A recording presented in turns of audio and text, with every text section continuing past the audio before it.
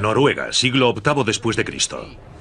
De estas costas surgirá uno de los pueblos guerreros más temidos de la historia, el de los vikingos.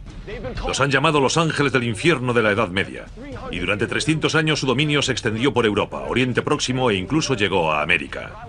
Pero quiero saber cómo y por qué lo hicieron y en qué residía su superioridad. Me llamo Terry Shepard. Soy un boina verde que ha realizado misiones de combate y adiestramiento en todo el mundo. Soy parte de una antigua estirpe de soldados de élite curtidos en batalla. Y el único modo de conocer sus armas y tácticas es probarlas yo mismo.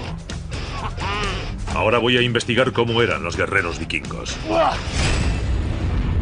Guerreros. Terror vikingo. Los vikingos. Durante siglos, esos guerreros noruegos arrasaron Europa. Fueron los guerreros más temidos y odiados de su época. Los han calificado de piratas, saqueadores y paganos. Pero yo quiero saber cómo eran en realidad, cómo y por qué luchaban. Siglo VIII después de Cristo. Es el inicio de la época vikinga, pero no hay ni un solo estado vikingo. En lugar de ello, la Noruega actual es un mosaico de pequeños reinos. ¿El motivo? La geografía. Noruega tiene más de 24.000 kilómetros de costa. Profundos fiordos dividen el paisaje y hacen difícil la unificación. Por tanto, antes de que puedan dominar la región, los vikingos tendrán que prepararse luchando entre sí. Y donde mejor pueden enfrentarse es en el mar. Lo que veremos ahora será que los de este barco se acercarán a aquel otro, tirarán de él con cuerdas, lo abordarán y matarán a todo el mundo, pero sin deteriorar el barco para poder robarlo. Los barcos vikingos se arrojaban cuerdas mutuamente. Una vez atados, luchaban cuerpo a cuerpo sin descanso. El objetivo, conseguir controlar el barco del adversario. Eso es lo que distingue a los vikingos de otros pueblos guerreros de la época. La guerra naval, la brutal lucha de barco contra barco. Impresionante. Phil Burthen es experto en combate cuerpo a cuerpo y en combate naval vikingo. Ya veo que esto es muy distinto al combate en tierra. Sí, tenemos esto en medio, el agua, y también la borda del barco. En realidad esto es como una línea de combate en tierra. Además, tampoco querían destruir el barco, ¿no es cierto? Querían apoderarse de él, su objetivo no era destruirlo. Y la idea de atar los barcos juntos era la de crear una gran plataforma para combatir. Y esa plataforma de combate muchas veces consistía en cientos de barcolongos vikingos atados juntos como un enorme campo de batalla flotante. Hacía falta ímpetu y equilibrio. Y les aseguro que en un campo de batalla mojado y flotante, ninguna de las dos cosas es fácil. Si pierdo el equilibrio, entonces me atacas. Es todo cuestión de coordinación y precisión. Por ejemplo, si pones el pie en la borda para tener ventaja sobre mí, no tengo más que herirte en el pie. Y en cuanto me hieras en el pie, no podré hacerte nada. Intentarás atacarme, pero lo malo es que si avanzas demasiado con el brazo para atacarme, puedo volver a herirte de nuevo. Podré herirte yo, o algún otro puede cortarte la mano. Todos buscan los puntos descubiertos. Buscan la cara, las manos y los pies. Buscan una ventaja, una posición mejor, un sitio desde el que adelantarse y matarte. Como boina verde me he adiestrado en todo tipo de combate cuerpo a cuerpo. Y lo esencial es ganarle terreno al adversario. Pero para lograrlo en un barco, hay que ser más paciente y preciso. Noto cómo se mueve el barco bajo mis pies, así que tengo que contar con eso. Y si logro espacio libre de nuevo, cruzo al otro barco y ataco. Ahora tú y yo peleamos muy cerca. Hemos pasado de pelear a cierta distancia y ahora me domina. Saca el cuchillo y estoy perdido. Hemos pasado de combatir con espada a hacerlo de cerca y con cuchillos. Es todo muy rápido. Tenían que dominar todo tipo de combate. No hay espacio, se combate muy cerca, pegados por completo. Estamos en un barco, no hay escapatoria. Estamos rodeados de gente luchando. Cualquier cosa puede usarse como arma. Está claro que tenían gran pericia porque no hay margen de error. Debían atacar lo más rápido posible y matar al adversario. Y tenían que hacerlo rodeados de otros combatientes. No había terreno firme, la cubierta se movía y todo era un caos, un tipo de combate muy duro. Los vikingos aprendieron esas tácticas de combate luchando entre sí en las brutales guerras entre sus pueblos. Imagínense esas aguas llenas de cientos o miles de navíos de guerra atados entre sí, creando un enorme campo de batalla flotante. Los vikingos dominaban ese tipo de combate naval, pero también dominaban el ataque rápido por sorpresa. ¿Y cuál era la clave en esos ataques? El barcolongo vikingo. El barcolongo era esencial en la cultura guerrera vikinga, y el motor de ese barco eran estos hombres, los remeros. Ahora que lo hago veo que el truco está no en aplicar fuerza, sino en ir al ritmo del remero que tienes delante. Así que me está costando un poco.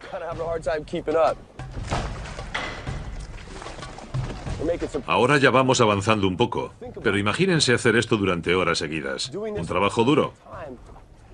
E imaginen hacerlo con lluvia, frío y durante días y días. Eso nos da una idea de lo duros que tenían que ser esos hombres.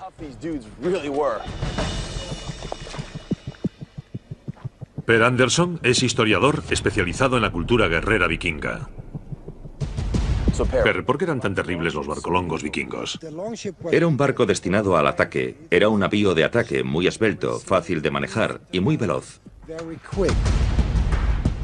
El término escandinavo vikingo significa ataque naval.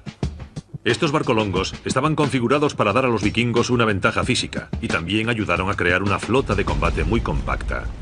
¿Cómo era la vida a bordo? Por lo general, en los viajes largos se hacían turnos. Parte de la tripulación remaba y otra descansaba, y luego se relevaban. Tenían que apañárselas como podían. Como puedes apreciar, no hay cubierta. Sí, no hay más espacio que este, no hay camarotes. Estás expuesto a los elementos todo el tiempo. Tenían que dormir al raso. Supongo que esos hombres tendrían que conocerse y compenetrarse muy bien para estar en un barco así. Eran como hermanos y se cuidaban entre sí. Por propia experiencia, sé que un viaje largo puede reforzar una unidad. Pero lo que más me asombra es que los vikingos no solo trabajaban juntos como guerreros, sino también como artesanos.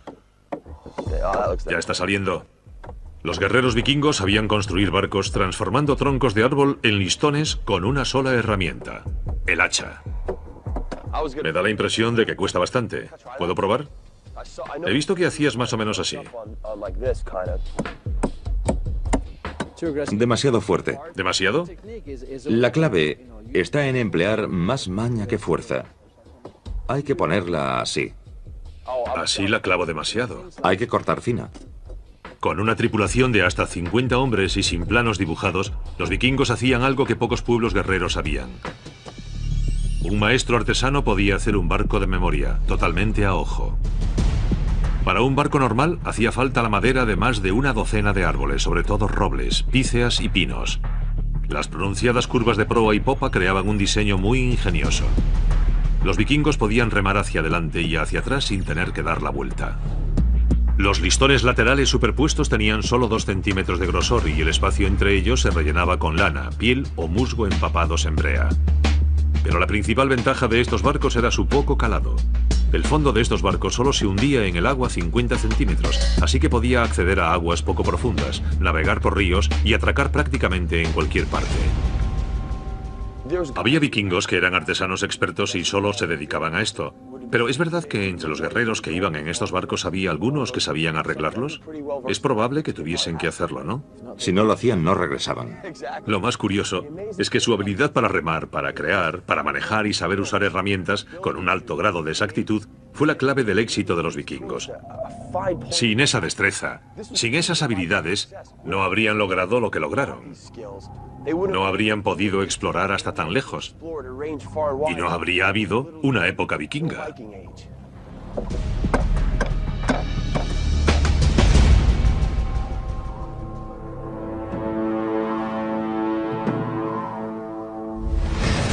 A finales del siglo VIII, los estados vikingos de toda Escandinavia se han especializado en la guerra naval y en la construcción de barcos de guerra. Y han llegado a un punto crítico. Ya están preparados para extenderse más allá de estas costas. Año 793. Los barcolongos vikingos zarpan de Noruega. Su objetivo, las Islas Británicas. Los navíos cargados con cientos de guerreros vikingos atracan en Lindisfarne, Inglaterra, y saquean brutalmente el monasterio que hay allí. Roban o destruyen objetos cristianos y asesinan a los monjes desarmados. La noticia del brutal ataque corre como la pólvora por toda la Europa cristiana. La época de los vikingos ha llegado. Y nadie sabe hasta dónde llegaría su poder. El dominio del terror vikingo había empezado. Antes de que termine, Europa será invadida por grupos de feroces guerreros vikingos y surgiría un rey que los uniría bajo una sola bandera.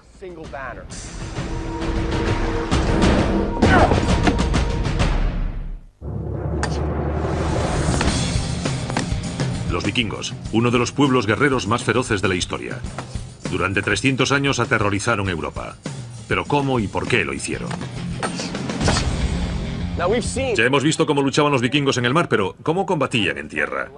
¿Qué armas utilizaban para aterrorizar a sus adversarios? Una de sus favoritas era esta, el hacha de combate. Aquí tengo un hacha de combate típica. Son bastante conocidas, pero la tuya da bastante más miedo. Háblame sobre ella. Se trata de una hacha danesa. Es un arma estupenda. Usada por los guerreros mejor preparados, el hacha danesa les daba a los vikingos una ventaja. La hoja, hecha de acero, está soldada a una cabeza de hierro. El acero le da un filo más duro y afilado, creado con un fin, penetrar en la carne. Y el extremo plano del hacha servía para dar golpes secos demoledores. Pero lo que más destaca de esta arma es su enorme longitud. El mango o empuñadura del hacha danesa puede alcanzar hasta 1,80 de largo. ¿Cuáles son las ventajas del hacha danesa? ¿Qué la hace tan diferente y cómo se usaba? Esto me da mucha ventaja sobre el hacha sencilla. Entiendo. Porque me da alcance. Me da potencia. ¿Y ante un escudo? Interceptaría tu hacha y podría dominarte. Sí, estoy perdido. O en el caso del escudo, haría así. Y entonces me golpearías. Sí. Bueno, ya he manejado el hacha normal, ahora déjame probar con la grande. Claro. Por supuesto, se nota que es mucho más larga. Parece como un bastón. Y con ella puedo golpearte así. Sí, justo. Puedo atacarte por arriba y por las piernas y luego ir por detrás, ¿no? La gran ventaja del hacha danesa es la rapidez. Un guerrero vikingo bien adiestrado podría blandir el hacha a una velocidad de más de 95 kilómetros por hora. Se nota enseguida que, aunque sea un arma tan grande, es muy rápida y se puede manejar con agilidad. Haría falta un buen adiestramiento y mucha pericia para manejarla bien. Era difícil de dominar y solo los guerreros bien preparados la usaban. Solo un guerrero que esté bien adiestrado en su uso. Al verle yo tendría miedo porque sé que se trata de un arma para un guerrero de élite. El hacha danesa era el arma típica de los guerreros de élite vikingos, y con unos sencillos cambios en su diseño, los vikingos crearon un arma nueva y mortífera. El hacha arrojadiza. Esto se usaba para debilitar la línea enemiga, Sí. para eliminar a los adversarios y además como distracción. Sí, para quitártelos de en medio. Un guerrero vikingo podía arrojar el hacha a más de 45 metros dentro de las líneas enemigas. Menudo daño haría. Te dejaría malherido. Daría bastante miedo ver un montón de estas hachas, ¿eh? Volando por el aire. Sería tremendo. Y volaban por todo el campo de batalla. ¿Se imaginan esas hachas volando por todo el campo en todas direcciones y desde distinta distancia? Sería muy difícil esquivarlas.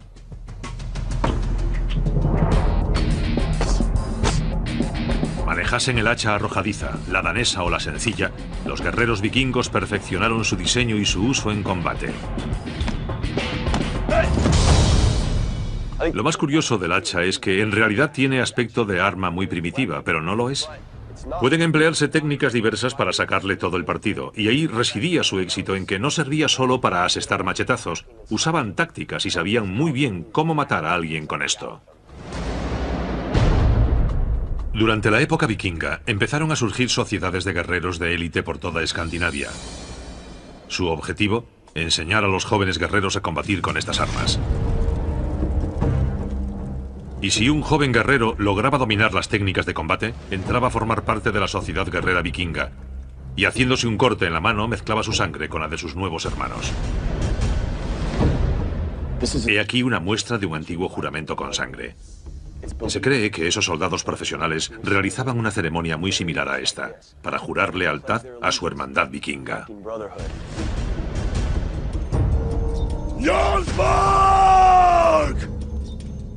¿Qué está ocurriendo ahora en la ceremonia?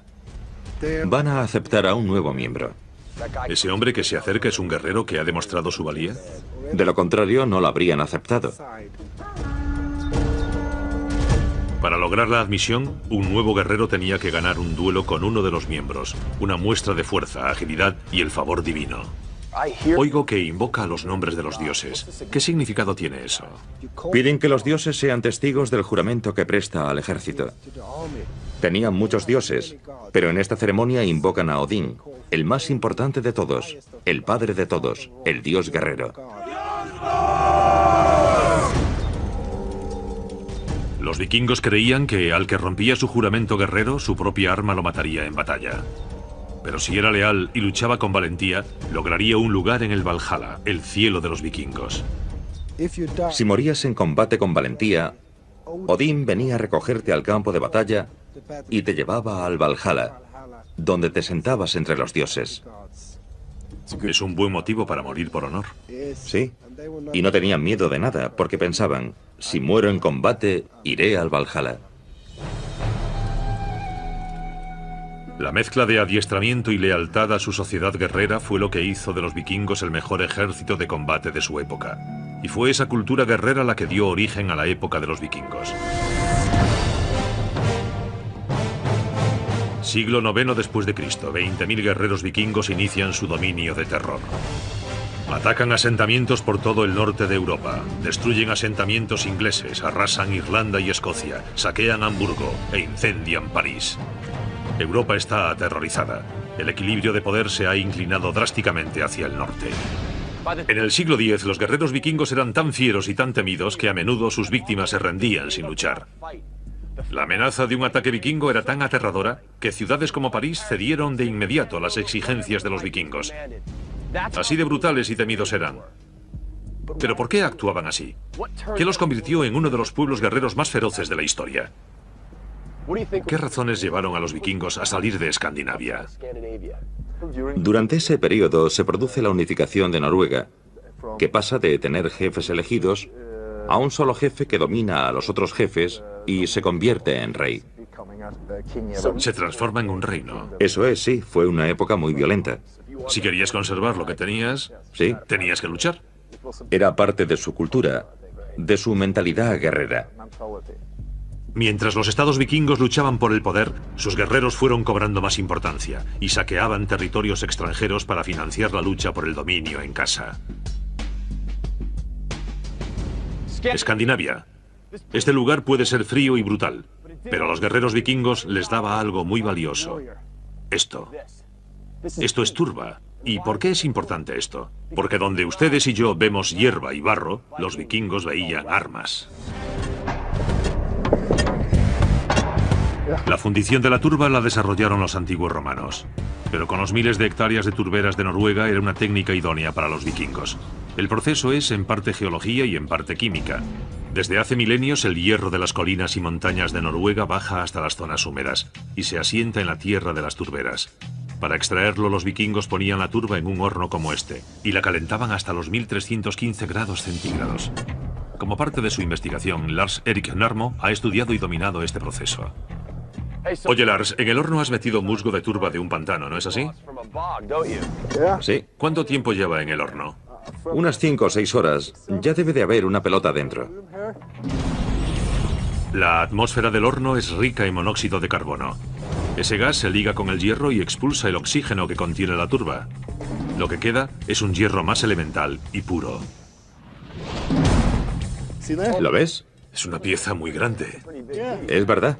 Se trata de un gran trozo de metal fundido. Se ha creado gracias al calor del horno. Con el calor se desprenden las impurezas y se quema el oxígeno. Esa es la clave del buen hierro. Hay que extraerle el oxígeno para que adquiera su forma más pura. Creo que ya está. ¿Ya está? Sí, así es. Estupendo. Fíjense. Pero esto es solo el primer paso. Bueno, vamos allá. A continuación, los vikingos cogían el trozo de metal puro y lo trabajaban en una forja. Estupendo. Ahora lo calentaremos aún más y luego lo golpearemos para sacarle las impurezas. Cuidado. Échate a un lado. ¿Lo golpeó despacio? Sí, despacio. Ya veo. ¿Sigo? Un poco más fuerte. Está bien. Esto es estupendo. Noto cómo se comprime. ¿Ahora vuelve al fuego? Sí. Y se repite lo mismo, ¿no? Sí, hay que hacerlo unas 40 o 50 veces.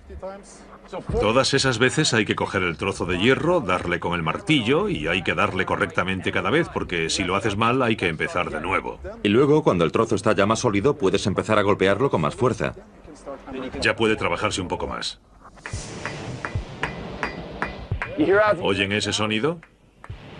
Suena más a metal, ¿no? Sí. Es la primera vez que suena como cuando se golpea un trozo de metal. ¿Sabes a qué me refiero? O sea que la cosa va bien, ¿eh? Sí. Lo que hago es comprimir el hierro, lo hago más fuerte y lo purifico librándolo de los elementos sobrantes. ¿Quién iba a decir que podría obtenerse un trozo de metal puro de un puñado de turba que puedes encontrar en el fondo de un pantano, aquí en Noruega? Es de un ingenio increíble. ¿Quién iba a pensar que de eso podía extraerse hierro para hacer armas? Es asombroso. Esta técnica fue esencial para la cultura guerrera vikinga porque les permitió usar los recursos naturales limitados de Escandinavia para hacer sus armas especializadas, las armas que usaron para conquistar y aterrorizar a los pueblos extranjeros.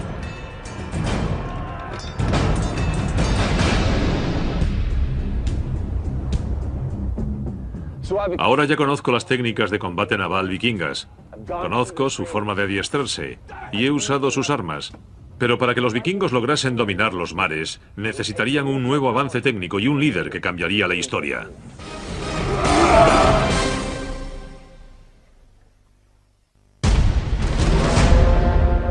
Estoy investigando el mundo de los guerreros vikingos. Quiero saber cómo logró tener tal prevalencia un pueblo tan aislado y cómo venció en la batalla de Maldon. Siglo X después de Cristo. El dominio vikingo está en su apogeo. Los asentamientos y ataques vikingos llegan hasta el Mediterráneo, donde incluso atacan Constantinopla. Hacia el oeste los vikingos logran llegar hasta las costas de Norteamérica. Los vikingos se han convertido en uno de los pueblos guerreros más dominantes de la historia. Y esa increíble expansión fue posible gracias a un solo elemento tecnológico: la vela. Los vikingos no la inventaron, pero dominaron su uso, y fue tal vez el principal motivo de su gran dominio. Y quizás nadie sabe más sobre el manejo de estos navíos vikingos que el experto en recreación histórica Terje Boe. Oye, Terje, ¿cuándo empezó a usarse esto? Creemos que alrededor del año 700. ¿Antes de eso no usaron velas? ¿Navegaban solo a remo? Así es. ¿Cómo se manejaba el barco? No se puede usar solo el remo del timón. La vela controla el barco. Lo que hace es usar dos cuerdas guía para llevar la vela en la dirección que quiere y captar el viento. Es una tarea bastante complicada. Además, transmite las órdenes a la tripulación. Ellos las oyen, las repiten y así todos saben qué deben hacer y lo hacen. Durante la época vikinga, la vela valía más que todo un barco. Se hacía de lana o de lino y se cubría con grasa de animal para protegerla de los elementos. Iba acoplada al barco mediante un complejo dispositivo de cuerdas que requería gran pericia dominar. Acaba de aumentar el viento. Sí, el viento ha aumentado. ¿Puedo hacer algo? Sí, ayúdame. Vale, te echo una mano. Sí, el viento ha aumentado ahora y viramos. Noto cómo tira de mí. Sujétala, sujétala. ¿Que la sujete? Vale, de acuerdo. Muy bien, eres fuerte. Aquí no puedes dormirte al timón, ¿verdad? No, no puedes. De lo contrario, te estrellas contra las rocas. No vuelves a casa. El barco podría volcar, ¿verdad?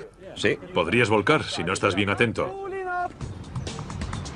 Estos barcos vikingos podían alcanzar hasta los 48 kilómetros por hora y los tripulaban hasta 60 guerreros. ¿Cómo se orientaban? ¿Cómo pudieron cruzar el océano? Usaban el sol. Se fijaban en la vegetación marina, si era más antigua o más fresca. Y por la noche observaban hacia dónde volaban las aves marinas. Entonces debían fijarse en todo. En los animales, en la flora marina, en las corrientes. No estamos hablando de bárbaros sin inteligencia, sino de hombres que sabían moverse por el mundo.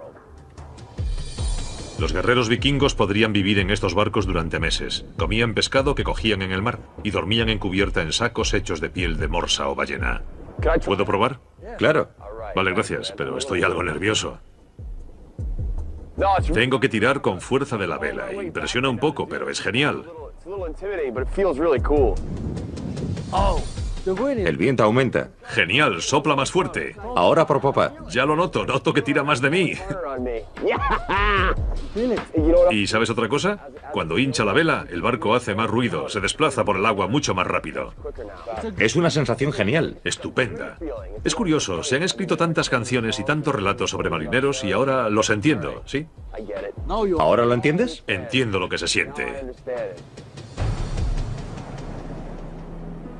Debido a sus avances en navegación y su pericia, los vikingos dominaban por completo los mares.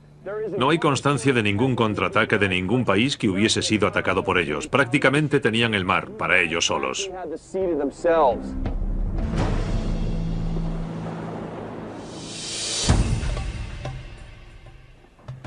Ya hemos visto las armas que los vikingos usaban en combate, pero ¿cómo se protegían? La primera línea de defensa era esta: el fuerte vikingo. Solo se han encontrado 4 de estos fuertes vikingos, pero todos presentaban la misma disposición. Construidos en un círculo perfecto, los fuertes alcanzaban entre 109 y 237 metros de diámetro. El perímetro lo formaba un montículo de tierra, reforzado con madera y rodeado por un foso. Dentro había casas comunes en una disposición perfecta. En cada fuerte había establos, talleres e incluso un cementerio. Estos fuertes eran en esencia aldeas fortificadas, y en ellos podían vivir hasta 6.000 guerreros durante años. El fuerte protegía a los vikingos en conjunto, pero ¿qué protección llevaba cada guerrero en batalla? Cuando pensamos en los vikingos, pensamos en esto: el casco. El casco vikingo presentaba varias formas y estilos. Así que le he pedido al experto Phil Burzen que me hable de alguno de ellos. Es típico que al pensar en los vikingos y sus cascos, uno se los imagine con esos cascos con grandes cuernos. Pero no eran así, ¿verdad? No, en absoluto. Es una imagen que procede de ilustraciones victorianas, de recreaciones románticas. ¿Es solo un mito? ¿Los vikingos nunca usaron cascos con cuernos? En absoluto. En realidad, el casco vikingo era bastante práctico. Hechos de piezas de acero o de hierro remachadas a mano, los cascos podían pesar más de 4 kilos. La mayoría tenía una costura superior que ayudaba a amortiguar los golpes. Solían añadirle cota de malla o argollas para proteger el cuello y los hombros. Una máscara servía para proteger la cara y la nariz del guerrero, y le daba una apariencia más temible en la batalla. Pero la forma y el estilo del casco vikingo variaba mucho dependiendo de la región y de la época. ¿Me los enseñas, Phil? Sí, en primer lugar tenemos este. Tiene un aspecto bastante feroz. Es de comienzos de la época vikinga. Probablemente sería el casco de algún jefe. Déjamelo ver. Pesa muchísimo. ¿Puedo ponérmelo? Claro. Estoy acostumbrado al casco de Kevlar moderno, pero nunca me he puesto uno de acero. Caramba. Encaja perfectamente. Sería aterrador ver acercándose a cientos de guerreros, tal vez miles con estos cascos. Parecerían como un ejército de monstruos. Sí, les daría un aspecto más bien inhumano, incluso como de dioses. Pero la principal función de estos cascos era la de proteger, así que le he pedido a Phil que me ayude a probarlos. Es la primera vez que me van a dar con una espada en la cabeza, así que veremos qué pasa. Venga, estoy listo, ya. La verdad es que no me ha dolido. Ha sido un golpe fuerte y ha hecho bastante ruido, pero estoy totalmente ileso. Ha estado bien, el golpe no lo ha traspasado, así que servía para intimidar y para proteger. Veo que ahí tienes otros distintos, ¿eh? Sí. A medida que el pueblo vikingo fue creciendo, necesitó equipar a más guerreros, así que el casco se hizo más sencillo, básico, menos adornado y más práctico. Y cuando los vikingos conquistaron tierras extranjeras, también adoptaron nuevos estilos. A este le veo una clara influencia oriental. Es un casco muy interesante porque tiene influencia asiática. Claro.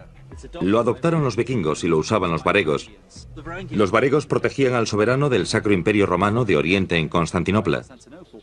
Es estupendo que los vikingos exportasen su cultura a otros pueblos, pero que también adoptasen novedades técnicas ajenas e incluso tal vez tácticas de combate y que las adaptasen. Es probable que incluso las mejorasen. Pero el misterio del dominio vikingo no fue solo cosa de armas y herramientas. También necesitarían un líder. Tras 200 años del inicio de la época vikinga, en Noruega predomina la agitación política, pero un nuevo heredero al trono cambiaría la situación. Se trata de Olaf Tryggvason, el bisnieto del primer rey de los noruegos. De niño lo habían capturado sus enemigos y había pasado la niñez esclavizado. Pero al cumplir 18 años es liberado y se convierte en uno de los guerreros vikingos más famosos de su época. Su destino, unir toda Noruega en un solo reino.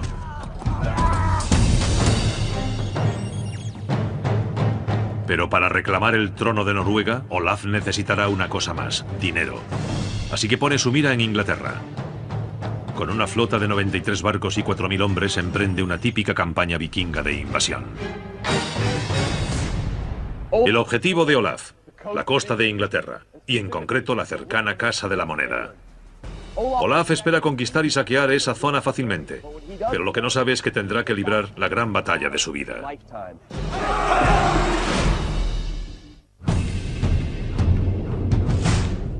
La historia está llena de grandes pueblos guerreros, pero tal vez ninguno fue más temido que el vikingo.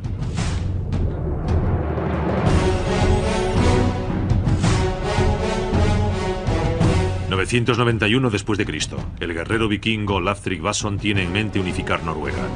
Para financiar su empresa saquea las islas británicas. Con 93 barcos y 4.000 hombres, arrasa Folkestone, Sandwich e Ipswich, y luego se dispone a conquistar Maldon. 10 de agosto. Olaf lleva su flota vikinga por el río Blackwater con el objeto de saquear la Casa de la Moneda de Maldon. Pero la costa de Maldon es demasiado pantanosa para el atraque, así que Olaf ordena que su ejército desembarque en una pequeña isla cercana a la costa. Y aquí Olaf y sus hombres se prepararán para la batalla, pero no será fácil. Para ganar esa batalla no pueden usar sus técnicas de combate naval ni un ataque sorpresa. Los vikingos han perdido su mayor ventaja. Ahora tendrán que luchar en tierra.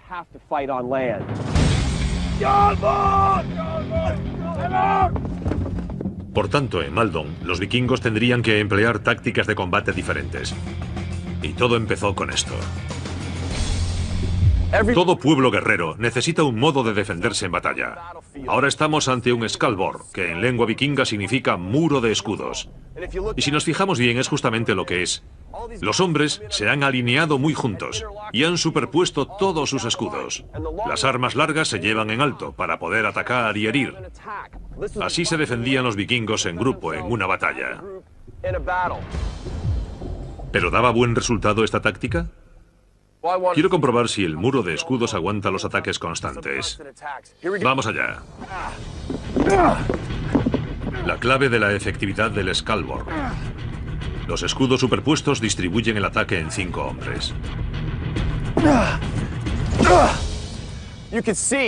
Como ven, si yo los atacase con cualquier arma o escudo, me costaría bastante abrirme camino. Y fíjense, me repelen. Podrían contraatacar y matarme en un momento. La mayor ventaja del muro de escudos, lo más importante, no es tanto la técnica como la disposición mental. Esos hombres tienen que confiar en que el que tiene a la derecha e izquierda no va a ceder. Es una formación que impresionaría en el campo de batalla, se lo aseguro. Entonces este muro de escudos era la defensa de los vikingos, pero ¿cómo atacaban? Muchos de los vikingos que combatieron en Maldon usaron un arma muy sencilla pero temible: la lanza. Colin Richard es experto en combate antiguo cuerpo a cuerpo, así que le he pedido que nos muestre cómo manejaban los vikingos esa arma tan temible. La primera oportunidad es pasar por encima del escudo para golpear la cara. Claro. Porque si te tapas con el escudo... Que es malo. Desde luego. En esta posición estoy muy incómodo. Si me escondo tras el escudo demasiado tiempo, no veo nada. No hay nada más incómodo que verte atacado con una lanza. Así que en el último segundo intento apartarla. Y ahí está el problema. No es bueno ocultarse tras el escudo. Claro. Debes usarlo como arma y como defensa. Ya. Este es otro de los principios básicos de combate: controlar la distancia. Por supuesto. Si no controlas la distancia, puedes olvidarte de combatir. Tengo que mantenerte a mi distancia para poder atacarte así. Claro. Y en cuanto tú avances, yo retrocedo. Y esa es la gran ventaja de la lanza. Con una longitud de hasta 2,5 metros, es imposible que con un arma más corta te acerques al contrario. Mientras luchamos veo que solo puedo esperar para poder atacarte, y es bastante peligroso. ¡Toma ya! ¿Y yo? Me has pillado. Te ataco por ahí. Y por cierto, sería el fin de mis funciones de cintura para abajo. Ustedes ya me entienden. Ha estado genial. Sospecho que estos combates no duraban mucho. No mucho tiempo. Una o dos fintas, un movimiento y se acabó. Sí. Una vez más vemos que en manos de alguien que sabe lo que hace, como Colin, la lanza, aunque primitiva, es muy efectiva, porque puedes mantener a distancia al enemigo y obligarlo a luchar como tú quieres. La lanza era estupenda para combatir cuerpo a cuerpo, pero era aún más efectiva en formación en línea, como en el muro de escudos. Tenemos que llevar la lanza aquí arriba. La sujetamos por el punto de equilibrio, pero un poco más atrás para que la punta baje. Y así aprovecho la gravedad para poner la punta de la lanza a la altura de la cara del adversario. Sí. Después atacaré por encima de su escudo. Ahora entra en juego el trabajo en equipo. No solo vamos a atacar al que tengo enfrente, sino también al de la derecha. Ataco a este hombre en la Y cara. yo a este otro. Sí, das un pequeño paso con el pie de delante para alcanzar a más distancia y luego retrocedes. Retrocedes. Bien pensado. Es como un muro implacable que se te acerca. Es el resultado del trabajo en equipo. La conjunción perfecta. Él ataca, se retira, yo avanzo y ataco. Tenías que confiar mucho en tu compañero para que saliese bien. De lo contrario, sería imposible. Además, los vikingos eran hombres duros. Eran como los guerreros profesionales de su época. Salían del barco y luchaban sin descanso. Tenían mucha experiencia y eso es lo que gana batallas. Sí. La experiencia de saber qué hacer en cada situación. Olaf y sus guerreros vikingos tendrían que aplicar toda esa experiencia, habilidad y sus tácticas porque en Maldon se enfrentarían a una de las batallas más difíciles de la época vikinga. El gran objetivo de Olaf, regresar a la tierra donde nació y unir toda Noruega bajo su reinado. Pero para reclamar un trono y unir un país, se necesita fama y fortuna, y para un vikingo, ambas se conquistan con la lanza.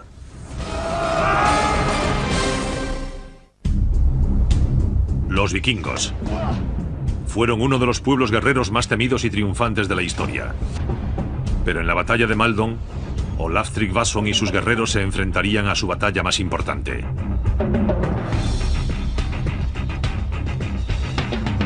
Isla de Northi, 11 de agosto del 991. Olaf y sus hombres están acampados aquí. Planean atacar la zona continental inglesa, pero se las verán con un adversario muy difícil. Al otro lado de las aguas está el ejército sajón. Comandado por Birnoth, está integrado por 4.000 hombres, decididos a defender su patria. Y no creo que nadie sepa más sobre esa batalla que el historiador King Sidor.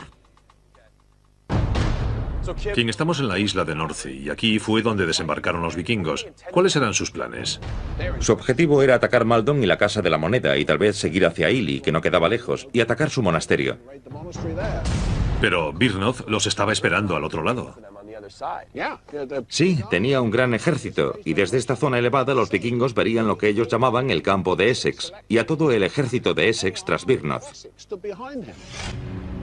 Olaf exige que los sajones paguen un rescate por no atacarlos. Los sajones se niegan, están preparados para combatir. La negativa de los sajones a cumplir las exigencias vikingas sorprende a Olaf. Él y sus hombres se preparan para atacar, pero esperan. Porque los vikingos saben que bajo las aguas está la clave para iniciar su ataque. Cuando la marea baja en torno a la isla de Northi, queda a la vista una estrecha franja de arena que conecta la isla con el continente.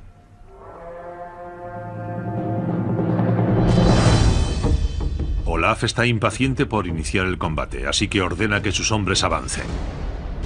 Pero el pasillo es estrecho, solo permite el paso de pequeños grupos de guerreros a la vez. Pese a todo, los vikingos avanzan hacia el ejército sajón. Imagínense estar entre los primeros vikingos que cruzan el pasillo hacia las fuerzas enemigas. Lo más extraordinario de los vikingos es que esos hombres se habrían ofrecido voluntarios para hacerlo. Sobreviviesen o muriesen, a luchar por su rey serían recordados para siempre. Los sajones tienen a los vikingos en una posición vulnerable, atrapados en el pasillo. Pero Olaf y sus hombres se enfrentaron a esa dificultad al clásico estilo vikingo, yendo directos al combate. No dudaban, no negociaban ni nada de eso. No negociaban. Directos al combate. Al asunto. Y eso hizo retroceder a los ingleses, lo cual daría a los vikingos la oportunidad de que cruzasen más hombres suyos. Y cubrirían los huecos. Sí, sería un combate sangriento, eso seguro. Los guerreros vikingos hicieron retroceder a los sajones y formaron un muro de escudos en tierra. Se preparan para entablar batalla. Recordemos que los vikingos no esperaban encontrar ese tipo de resistencia, pero son vikingos, nunca retroceden y nunca piensan que van a perder. Así que cruzan el pasillo y se alinean. Y aún antes de acabar de formarse, alguien sale de la línea anglosajona y arroja una lanza. Es el típico símbolo que marca el inicio del combate. Y se lanzan. Se ataca con lanzas, se arrojan hachas, así que no solo puede matarte el que tienes delante, sino que el de la derecha e izquierda también son una amenaza. Y llueven armas. Es el caos. Los vikingos logran romper la formación enemiga y obligan a los sajones a luchar en pequeños grupos. La batalla se convierte en brutal combate cuerpo a cuerpo. Ahora estamos en medio de un combate cuerpo a cuerpo. Nos atacan con hachas. La violencia es extrema. Es el modo de combate más brutal que existe. Los vikingos lo dominaban, los anglosajones también, y además están defendiendo su territorio, así que la lucha es encarnizada. Los vikingos blanden el hacha, en pasadas, con golpes. Imagínense esta arma frente a uno, daría un miedo terrible. Y los vikingos sabían aprovecharlo. No solo eran expertos en manejar el arma, también sabían que el miedo podía dominar a su enemigo. Es una batalla sangrienta. Los vikingos y los sajones están muy igualados, pero entonces ocurre algo inimaginable para los sajones. Su líder, Birnoth, resulta herido en el combate y lo decapitan ante sus ojos. Los soldados rasos de su ejército ven que su caballo se va del campo de batalla y emprenden la huida. Tras la muerte de Birnoth, la élite sajona cierra filas en torno a su cadáver y lucha hasta el último hombre. Eso dice mucho del carácter guerrero de ambos bandos. Los sajones defendieron su territorio hasta el último hombre, y los vikingos no se rindieron, no mostraron temor y vencieron a su enemigo. Al terminar la batalla, Olaf y sus vikingos fueron los vencedores. Es la primera victoria vikinga en suelo inglés en más de 100 años. Reconociendo la amenaza, el rey de Inglaterra paga a Olaf 10.000 libras a cambio de que prometa no atacar Londres. Los reyes vikingos sobreviven gracias a las conquistas extranjeras. Olaf había cruzado el mar con unos cuantos hombres y librado una batalla tremenda, y había regresado con un tesoro. Y con eso le bastó para tomar el control y crear un Reino Unido. Así es.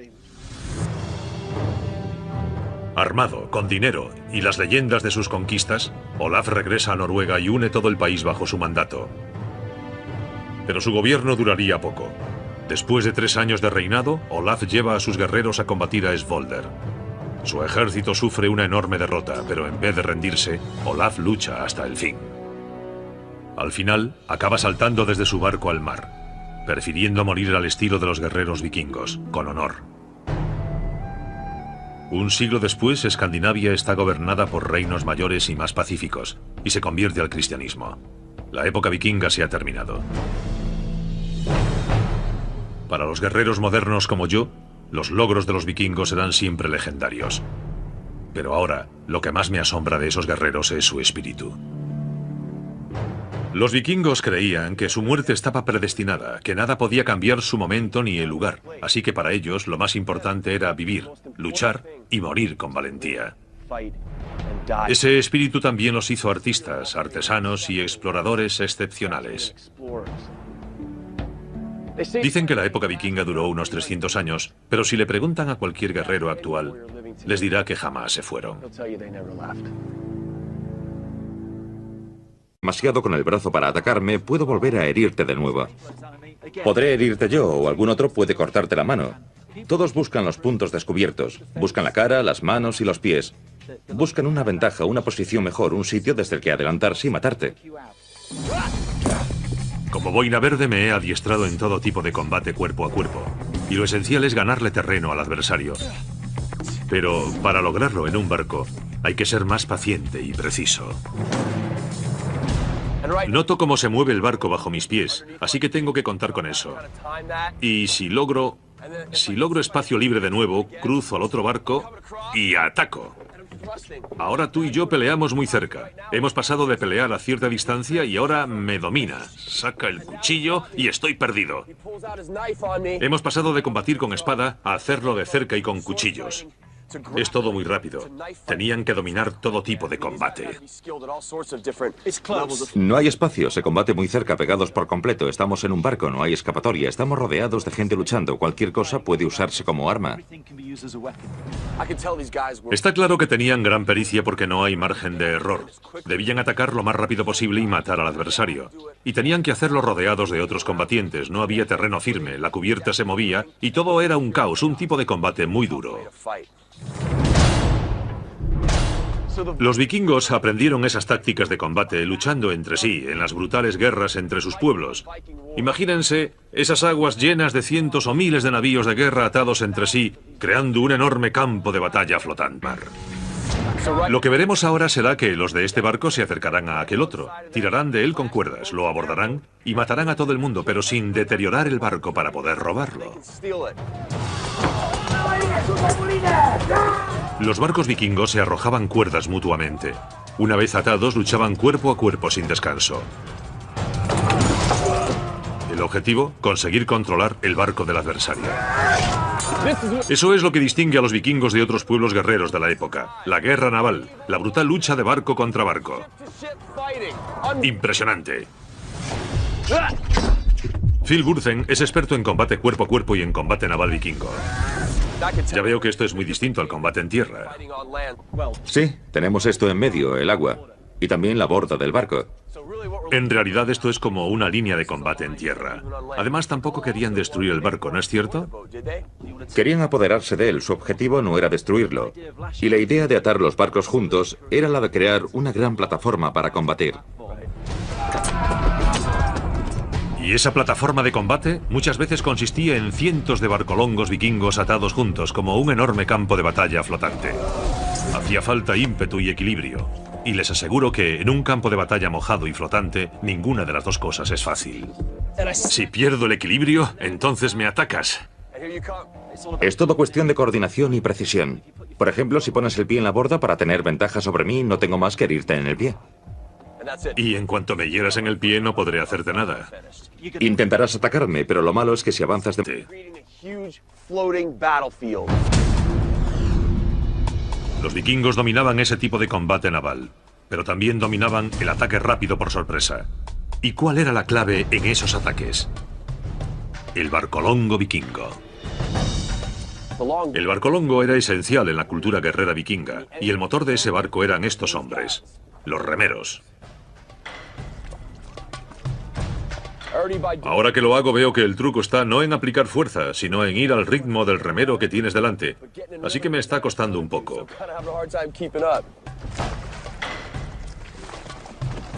Ahora ya vamos avanzando un poco, pero imagínense hacer esto durante horas seguidas. Un trabajo duro.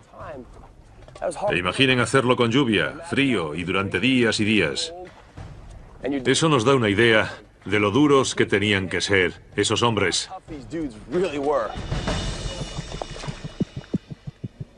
Per Anderson es historiador especializado en la cultura guerrera vikinga. Per, ¿por qué eran tan terribles los barcolongos vikingos? Era un barco destinado al ataque. Era un navío de ataque muy esbelto, fácil de manejar y muy veloz.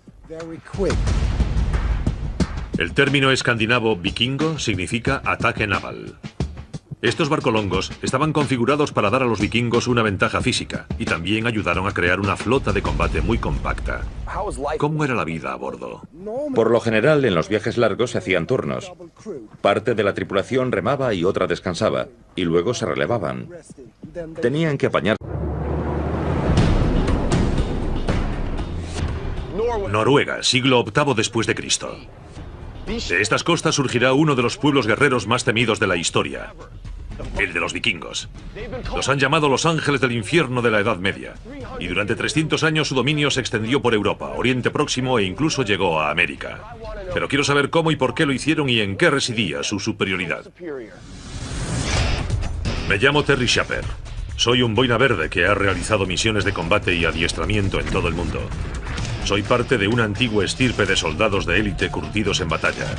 Y el único modo de conocer sus armas y tácticas es probarlas yo mismo. Ahora voy a investigar cómo eran los guerreros vikingos. Guerreros. Terror vikingo. Los vikingos. Durante siglos, esos guerreros noruegos arrasaron Europa. Fueron los guerreros más temidos y odiados de su época. Los han calificado de piratas, saqueadores y paganos. Pero yo quiero saber cómo eran en realidad. Cómo y por qué luchaban. Siglo VIII después de Cristo. Es el inicio de la época vikinga, pero no hay ni un solo estado vikingo. En lugar de ello, la Noruega actual es un mosaico de pequeños reinos. El motivo, la geografía. Noruega tiene más de 24.000 kilómetros de costa. Profundos fiordos dividen el paisaje y hacen difícil la unificación.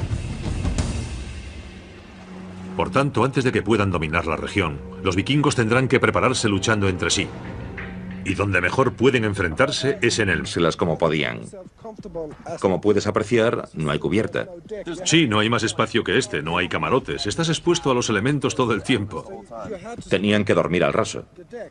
Supongo que esos hombres tendrían que conocerse y compenetrarse muy bien para estar en un barco así. Eran como hermanos y se cuidaban entre sí. Por propia experiencia, sé que un viaje largo puede reforzar una unidad. Pero lo que más me asombra es que los vikingos no solo trabajaban juntos como guerreros, sino también como artesanos. Ya está saliendo. Los guerreros vikingos sabían construir barcos transformando troncos de árbol en listones con una sola herramienta, el hacha. Me da la impresión de que cuesta bastante. ¿Puedo probar? He visto que hacías más o menos así. Demasiado fuerte. ¿Demasiado? La clave está en emplear más maña que fuerza. Hay que ponerla así. Así la clavo demasiado. Hay que cortar fina. Con una tripulación de hasta 50 hombres y sin planos dibujados, los vikingos hacían algo que pocos pueblos guerreros sabían. Un maestro artesano podía hacer un barco de memoria, totalmente a ojo. Para un barco normal hacía falta la madera de más de una docena de árboles, sobre todo robles, píceas y pinos. Las pronunciadas curvas de proa y popa creaban un diseño muy ingenioso. Los vikingos podían remar hacia adelante y hacia atrás sin tener que dar la vuelta. Los listones laterales superpuestos tenían solo 2 centímetros de grosor